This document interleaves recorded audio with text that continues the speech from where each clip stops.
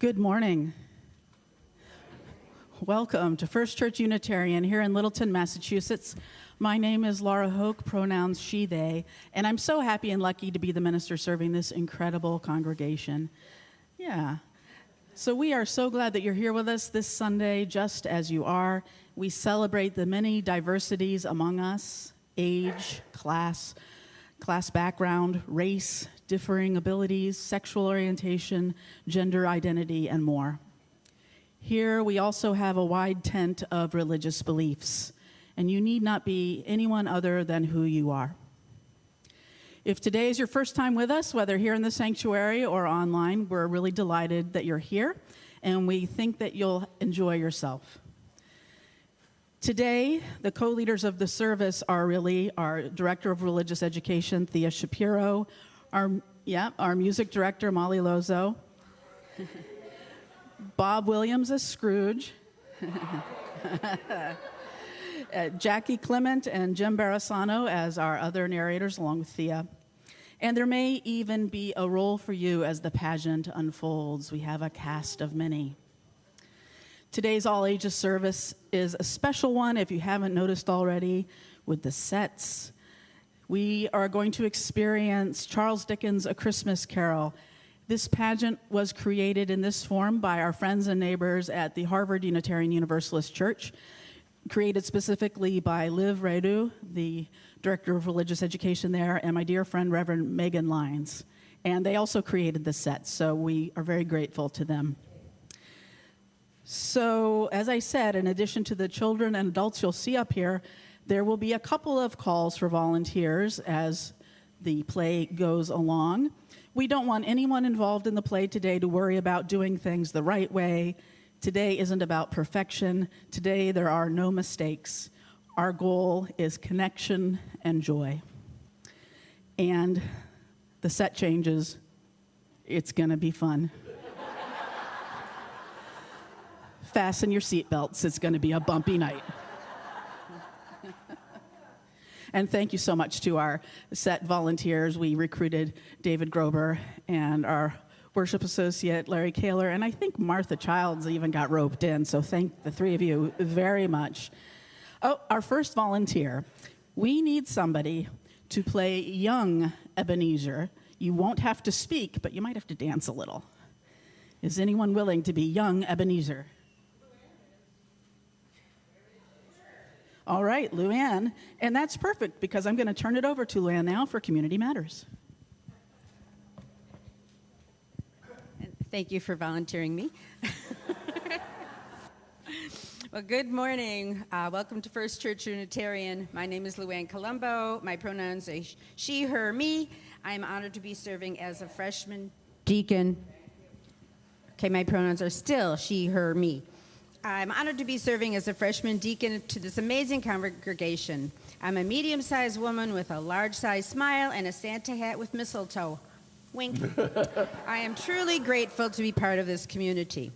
If you focus your attention to Community Matters, you'll see there's so much happening. So, calling all slackers and procrastinators, the Sanctuary Survey has been extended to tonight, December 21st. Make your opinion count. Also today is the last day for the staff gift, so see Rich Lombardi. Reclaiming Our Democracy meeting is next Sunday, right after the service at 11:30. They plan things such as Emma's Revolution, which will be here February 6th. February 6th? 6th. Oh, I moved it. 6th. 6th. Here. And our Christmas Eve candlelight service will be Christmas Eve. Make sure your phones at 6 p.m., not a.m., 6 p.m. Make sure your phones and watches are on worship mode. Join us for coffee after the service down in the vestry. If you're new or visiting and you'd like to follow up, fill out one of these pink or purple pew cards and put it in the collection basket. Thank you for being part of this welcoming, wonderful, vibrant community. I've wanted to say this for a really long time. Welcome to church. And without further ado, we will see a Broadway performance of Charles Dickens' A Christmas Carol.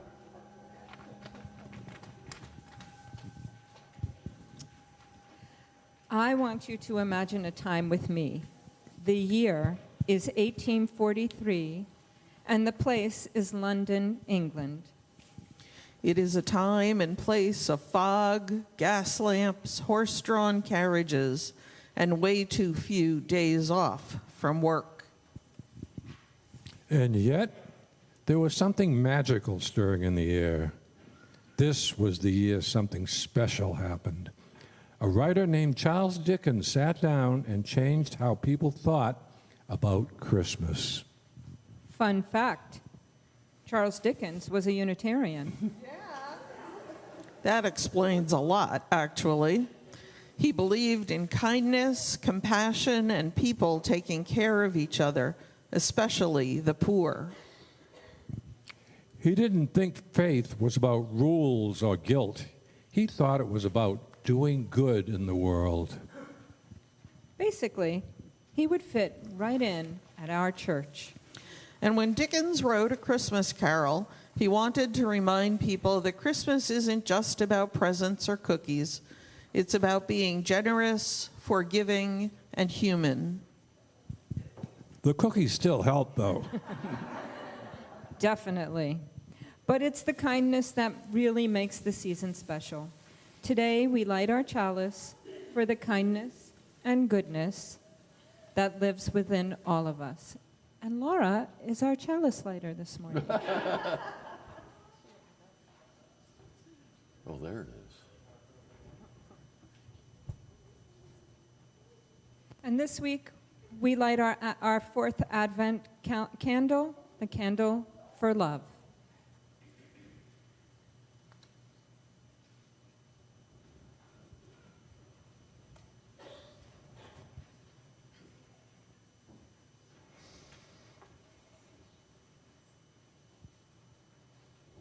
We're almost up. I'm nervous. And finally, we light the Hanukkah Menorah. We'll light all 8 candles, as tonight is the last night of Hanukkah.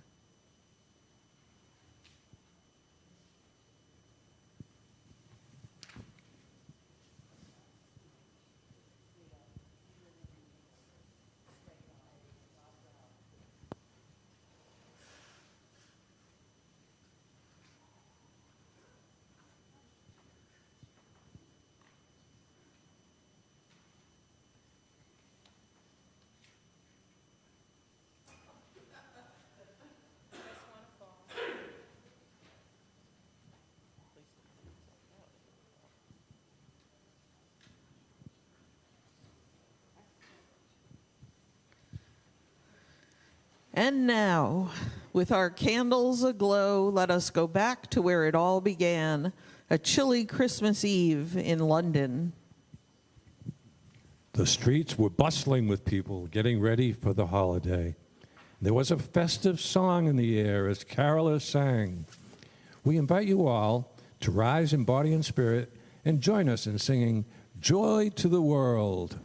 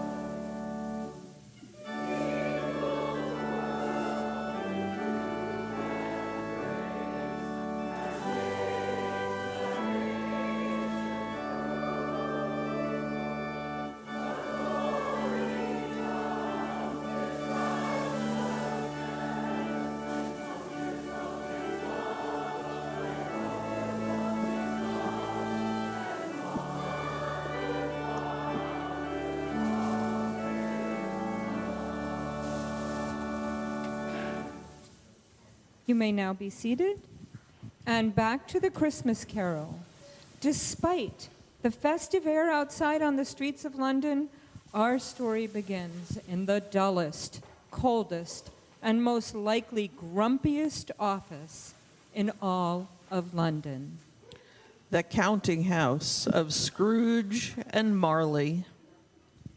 This is a place where generosity was in short supply and Christmas cheer was strictly prohibited. An old, miserable, and patient Ebenezer Scrooge had his employee, a clerk named Barb Cratchit, working into the frigid evening before Christmas. Mr. Scrooge, sir, might I add some more coal to the fire? Coal costs money, and unless you're going to reimburse me for it, I suggest you go back to work, Mr. Cratchit. Oh, he's got... Is this better? Yeah. Bah!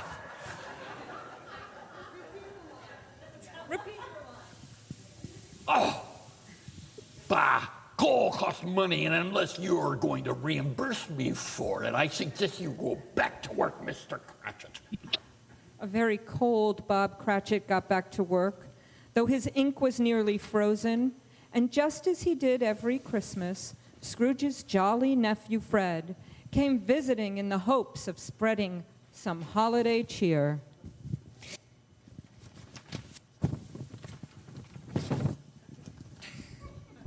Merry Christmas, Uncle. Ah, bah! Humbug! Christmas a humbug? You don't mean it. I do. What reason do you to have been married? You're not wealthy. Come, dear uncle, what reason do you have to be so gloomy, you with all your riches? Where is your spirit? Ah, humbug! What is Christmas but a time of wasting money on things you don't need? If I had my way, no one would ever go about saying, Merry Christmas. Uncle! Nephew, you celebrate Christmas your way. Let me celebrate it mine. But you don't celebrate it. Let me not celebrate it then. But take it my advice, it has done you no good. I've always thought of Christmas as a time... I have always thought of Christmas as a time as a good time, a kind, forgiving, charitable, pleasant time. And therefore, Uncle, though it has never put a scrap of gold or silver in my pocket, I believe that it has done me good and will do me good. I believe I am all better for having celebrated it. Yes. Any more from you, Mr. Cratchit, and you'll be celebrating Christmas by looking for a new job. Don't be angry. Have Christmas dinner with us tomorrow. Bah, humbug. I'll keep my Christmas humor to the last. So, Merry Christmas, Uncle. You will be missed. That's enough. Good day, nephew. And a Happy New Year. Good day. As Fred went out of the counting house, the sounds of carolers was once again heard from outside. We invite you all to join us in singing, O Come, All Ye Faithful.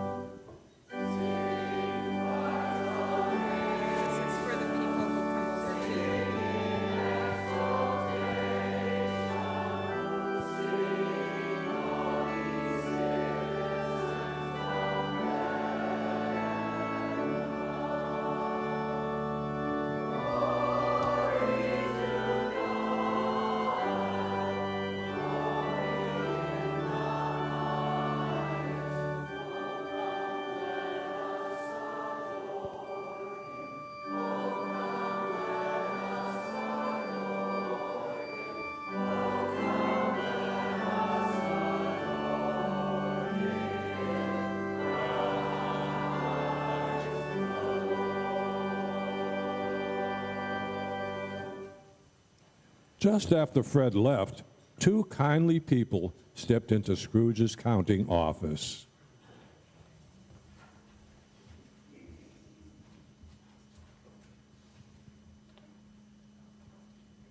Hello, Mr. Scrooge.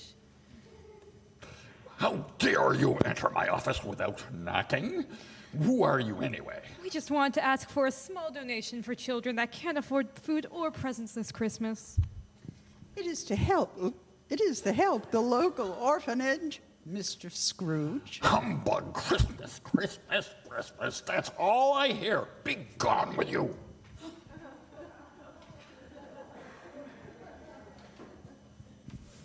Later that night, as Bob Cratchit and Scrooge were leaving the office, Bob asked a risky question. Mr. Scrooge, might I have tomorrow off? It's Christmas Day, and I want to spend it with my family. For my son, Tiny Tim, it may well be his last. What? And who will be here to open up? One day I will give you one day I will give you 1 day off, but I'm docking your pay.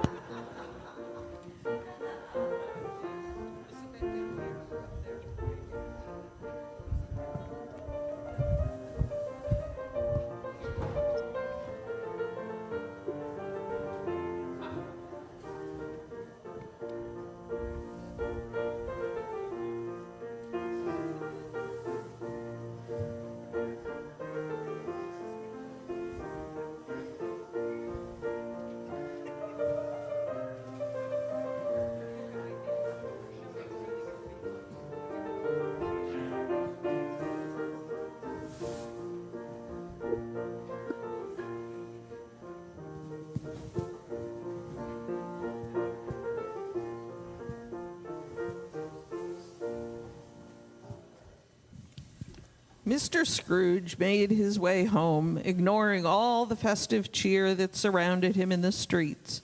When he arrived home and went to open the door, for a moment, he thought he saw the face of his late partner, Jacob Marley, appear in the door knocker. Scrooge decided he was overly tired, so he readied himself for bed, and as soon as he nodded off to sleep, he woke up with a fright to see the ghostly form of Jacob Marley standing in his bedroom.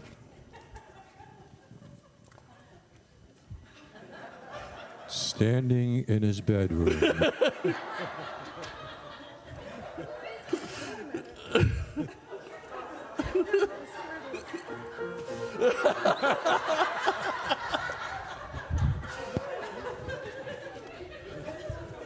Oh.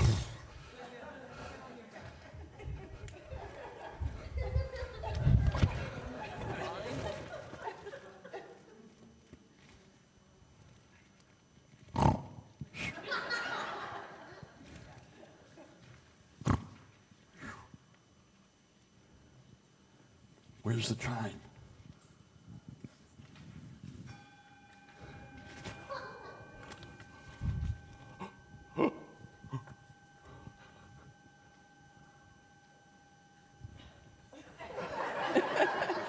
It is me, Ebenezer.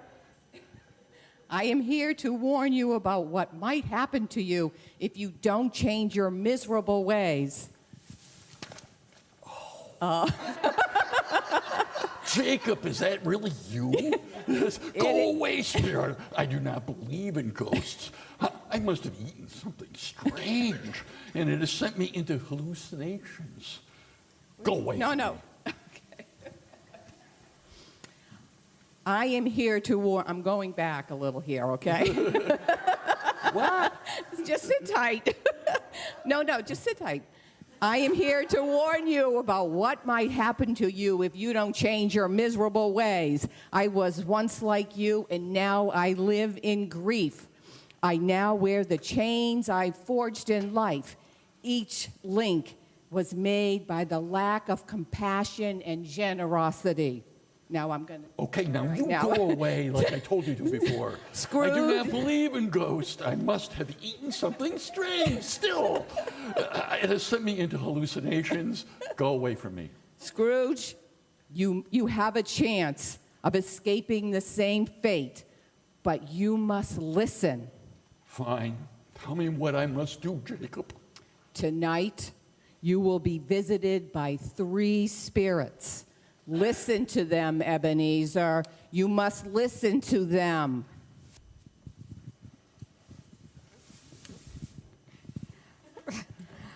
Thinking it was just a bad dream, Scrooge went back to a deep and silent sleep. And now the wonderful choir will sing their anthem.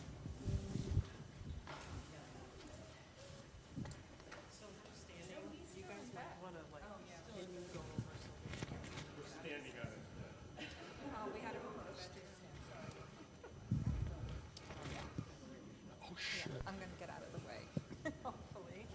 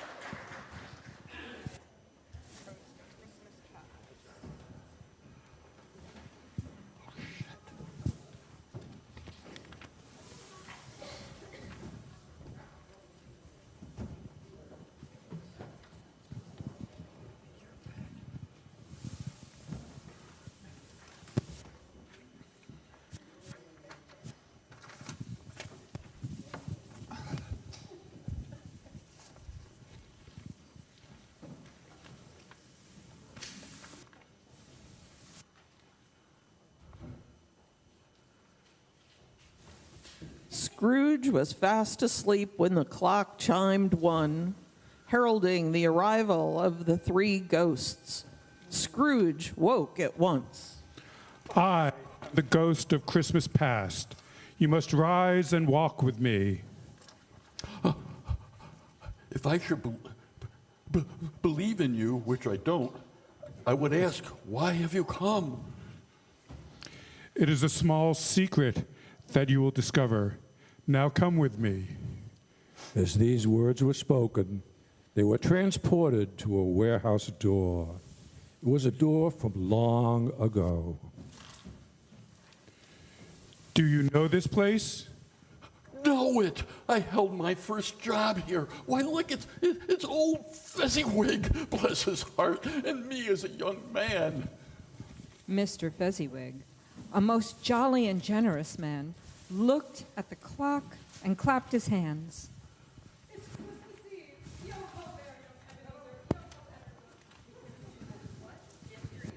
I'm sorry. Okay. It's Christmas Eve. Yo-ho there, young Ebenezer. Yo-ho, everyone. No more work tonight. Clear the floor for dancing and celebrating Christmas.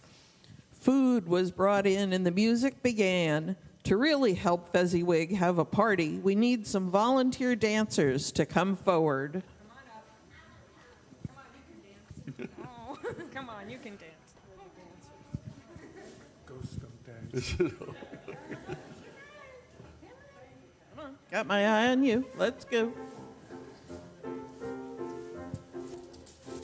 Now that we have our volunteers, everyone started dancing, including young Scrooge.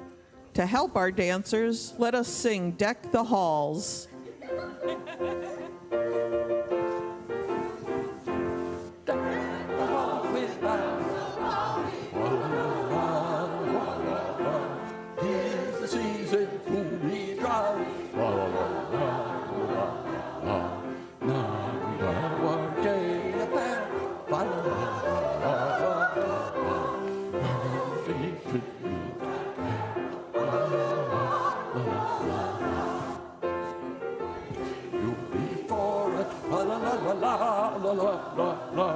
Take the harp and join the chorus. La la la la la la la la.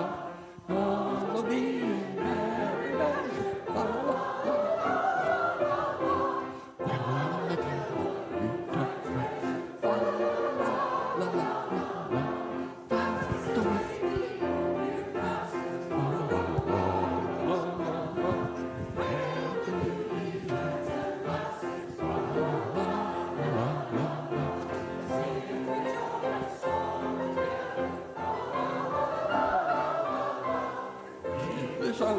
wind and weather, la la la la la la la la.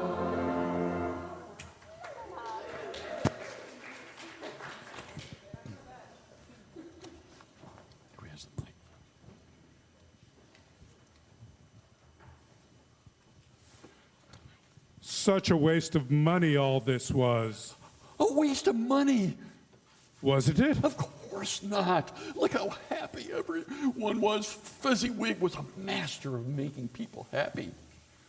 But what was the profit in that?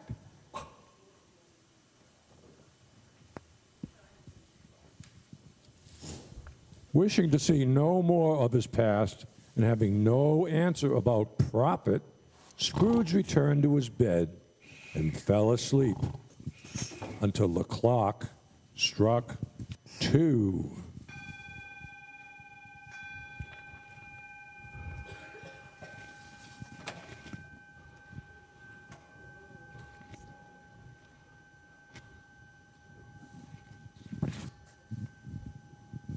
Ho, ho, ho!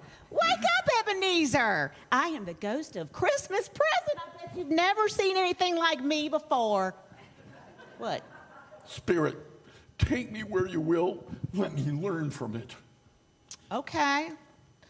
Narrator. Oh, wait. Oh, wait. Okay. Hold on. That's right. Touch my robe. Come on, let's go. The ghost of Christmas Present and Scrooge made their way across London to a much more crowded and run-down part of town until they stopped at a door.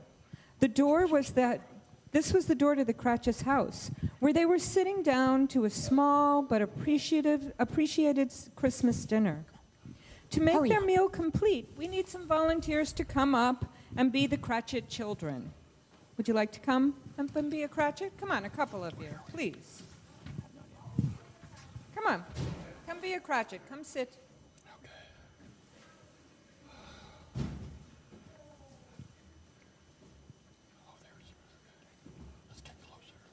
Mother, there never was such a grand goose as this. Splendid, my dear. It's a triumph. So excited over a goose, and a small one at that. You'd think it was a prize turkey. It is all they can afford.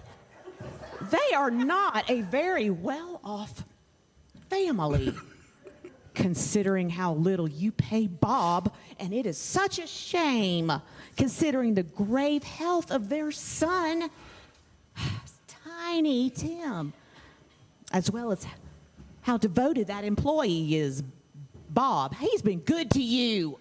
They look like a happy family, though. Look at how pleased they are with one another, especially Tim. A toast to Mr. Scrooge, the founder of our feast. To me. The founder of our feast, indeed. I wish he were here now. I'd give him a piece of my mind. Oh, my dear, the children, it's Christmas Day. Let us not be bitter. I'll toast his health because it's Christmas. But that's all. Long life to him. Much good will it do to him.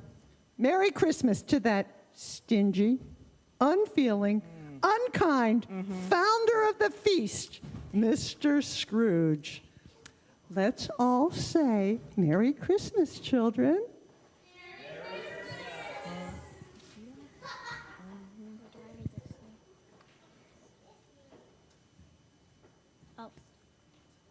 And God bless to everyone. Tell me, Spirit, will Tiny Tim live? Well, come here. I see an empty seat at the table. I see a tiny crutch with no owner. What do you think? Oh, no, say he will be spared. If these shadows remain unchanged, this vision will come to pass. Well, bye. Yes, what? I am a ghost. My name is not Sarah. Scrooge was returned to his own bed, though it took him a while to fall asleep this time. What he had seen at the Cratchit house, the laughter, the love, the future of Tiny Tim weighed heavily on his mind. For the first time in a long time, Scrooge began to wonder what he could do to make things better. His heart, once frozen, was starting to thaw. Something inside him was changing. And that's what this story is really about, realizing we all have the power to make a difference. Scrooge's transformation didn't happen all at once. It began with a simple thought: what if I could help? Each time we give, share, or act with compassion, we bring that same spirit to life. Our suffering today is one way we do that together, by helping support the people and organizations that bring warmth, care, and hope to the world. May we give generously, not because we have to, but because, like Scrooge, we're learning how good it feels to open our hearts. For the good works of this congregation, within and far beyond its walls, we take up our offering today.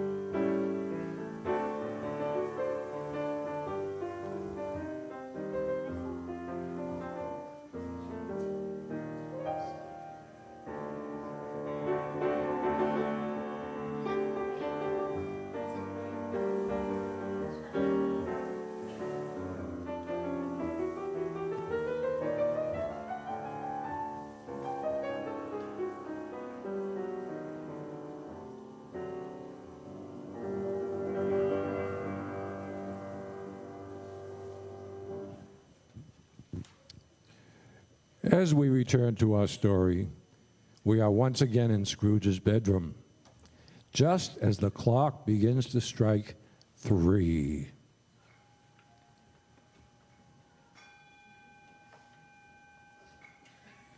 Scrooge awakens to find the third ghost hidden within a dark robe. Are you the ghost of Christmas yet to come? The ghost didn't answer. It pointed one long, bony finger into the night. Ghost of the future. I fear you more than all the others, but I know your purpose is to do me good. The ghost pointed towards the gravestone.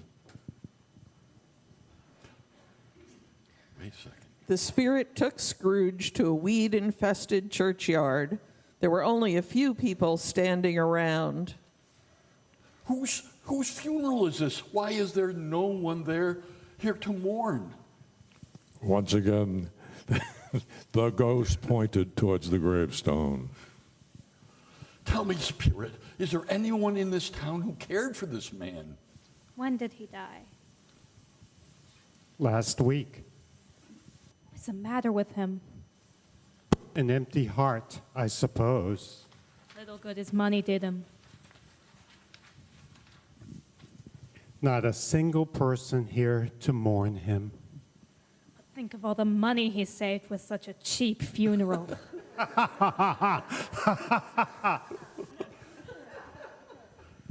The ghost again directed Scrooge toward the gravestone.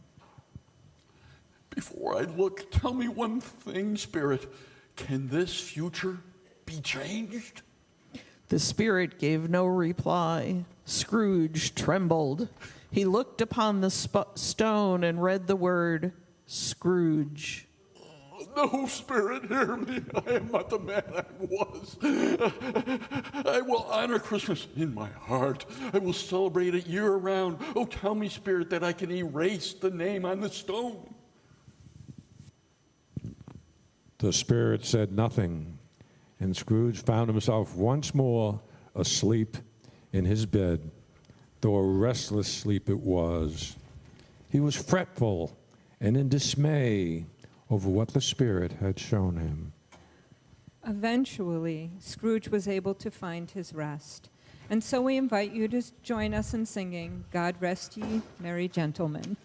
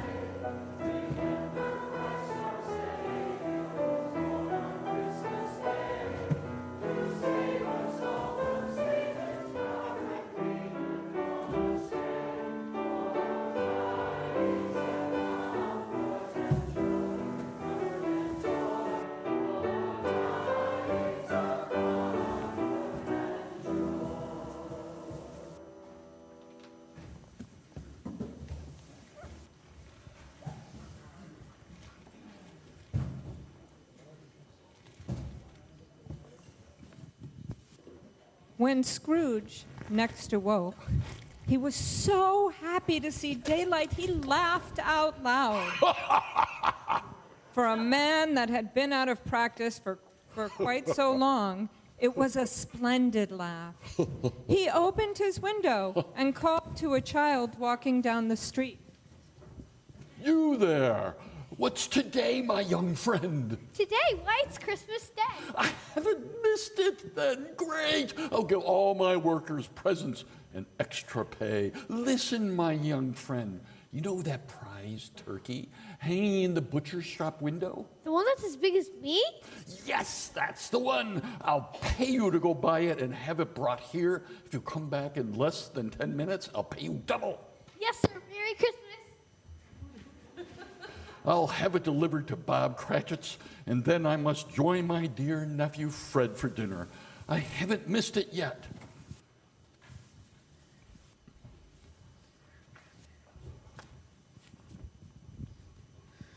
Scrooge then went outside to pass along his Christmas greetings to everyone he saw.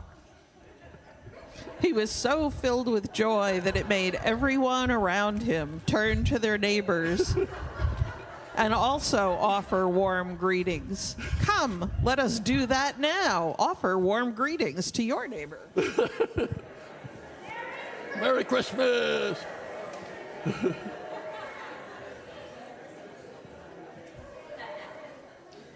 After a fine night of fun at his nephew's, who was overjoyed to see his uncle, he arrived early the next morning to the office. His hope was to catch Bob Cratchit arriving to work late. Mr. Cratchit, you're 18 and a half minutes late.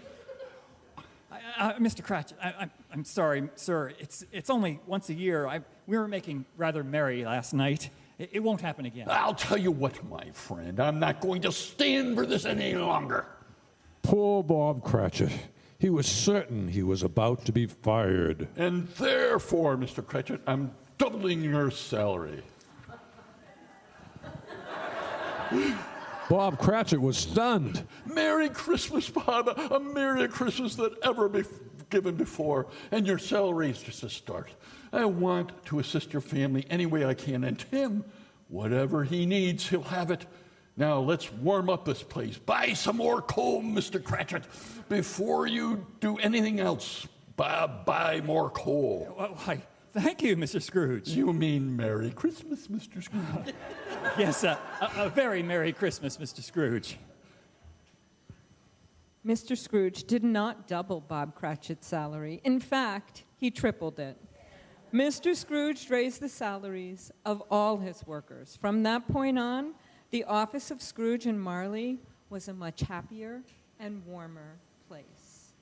Scrooge was better than his word in many ways. He became the best friend London ever knew. He did it all and infinitely more. And to Tiny Tim, who grew up strong and healthy, he was a second father. It was always said, if any man knew how to celebrate Christmas, it was Ebenezer Scrooge. May that be truly said of us all. And so, as Tiny Tim observed, Good blessing, everyone.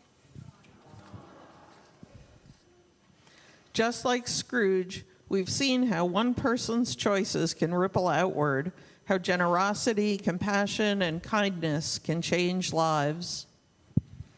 Charles Dickens believed that too. He wanted us to see that even the coldest hearts could warm, and that small acts of care could make the world brighter. and that's very much a Unitarian Universalist way of thinking. We have the power to make a difference right here, right now, in our own communities. So as we leave here today, let's carry a little of that spirit with us into our homes, into our neighborhoods, and into our hearts. Let's remember that every act of kindness, every gift of generosity matters. Every moment we open our hearts matters. And now, to celebrate all that joy and hope, and maybe some cookies too, we invite everyone who joined in our tale of A Christmas Carol to come up on stage for a round of applause. Will our whole cast and volunteers come forward?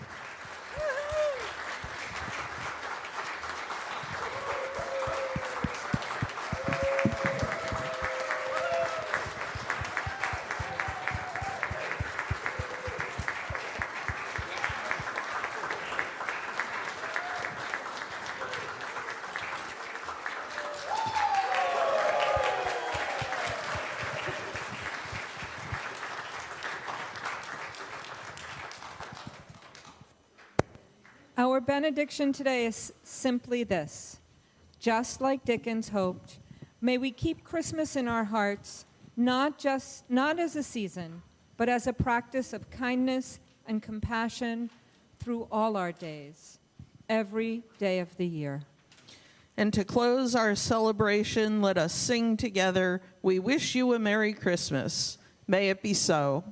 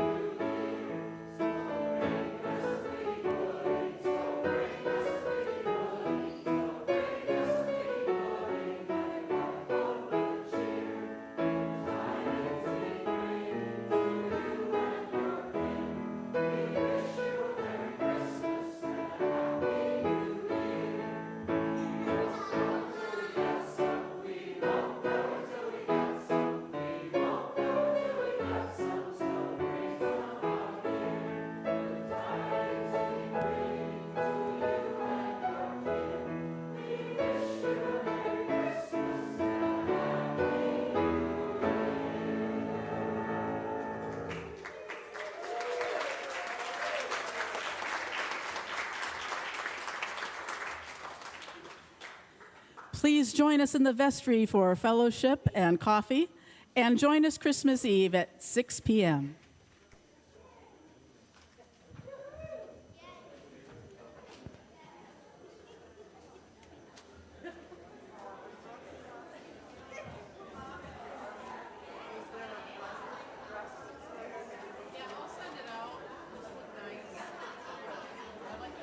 Anyone who wants to join Zoom coffee hour, feel free to stay on and unmute.